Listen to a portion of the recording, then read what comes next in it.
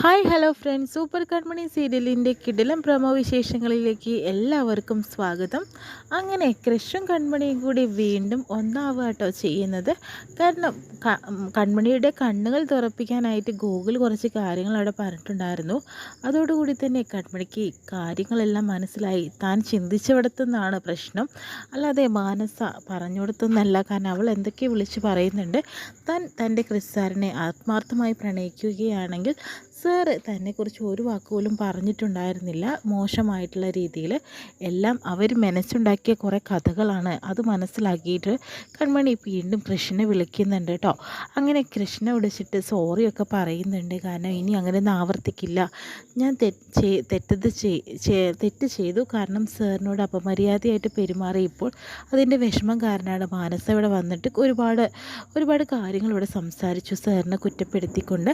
കാരണം സാറിന് ഒരുപാട് പെൺകുട്ടികളായിട്ട് കണക്ഷൻ ഉണ്ടായിരുന്നു എന്നൊക്കെ പറയുന്നുണ്ട്.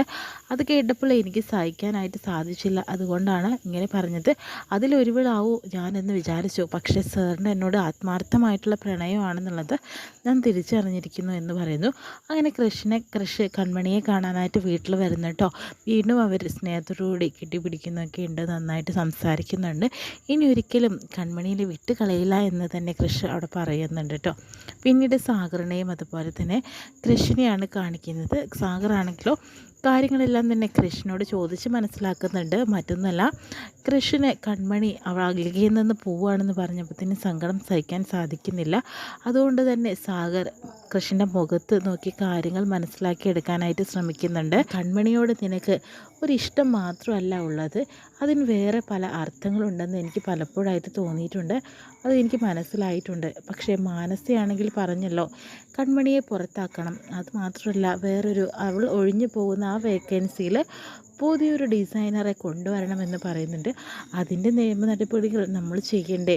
കാരണം അലികയെ നമ്മൾ അങ്ങനെ തല താഴ്ത്തി കൊടുക്കാനായിട്ട് സാധിക്കില്ലല്ലോ. കൺമണി പോവുകയാണെങ്കിൽ നമ്മൾ ഒരിക്കലും പോരുതെന്നാണ് എൻ്റെ ആഗ്രഹം എന്നൊക്കെ സാഗർ പറയുന്നുണ്ട്.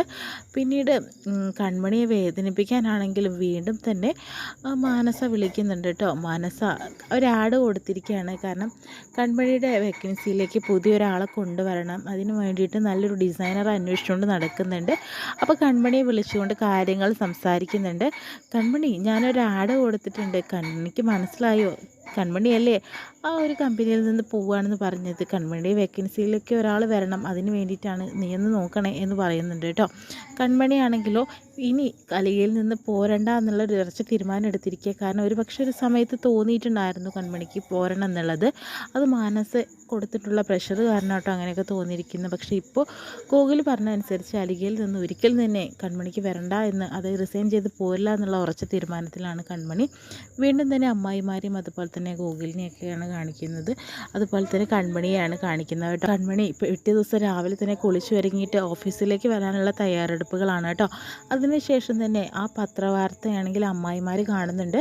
അമ്മായിമാർ കൺമണിയോട് പറയുന്നുണ്ട്, നിനക്കൊരു പാര വരുന്നുണ്ട്, നീ ആ കമ്പനിയിൽ നിന്ന് തന്നെ റിസൈൻ ചെയ്ത് പോവുകയാണല്ലേ, അതിന് വേണ്ടിയിട്ട് തന്നെ വേക്കൻസിയിലേക്ക് പുതിയൊരാളെ കൊടുക്കണമെന്നുള്ള ഒരാളാണ് വന്നിരിക്കുന്നത്, പരസ്യമായിട്ട് വന്നിട്ടുണ്ട്.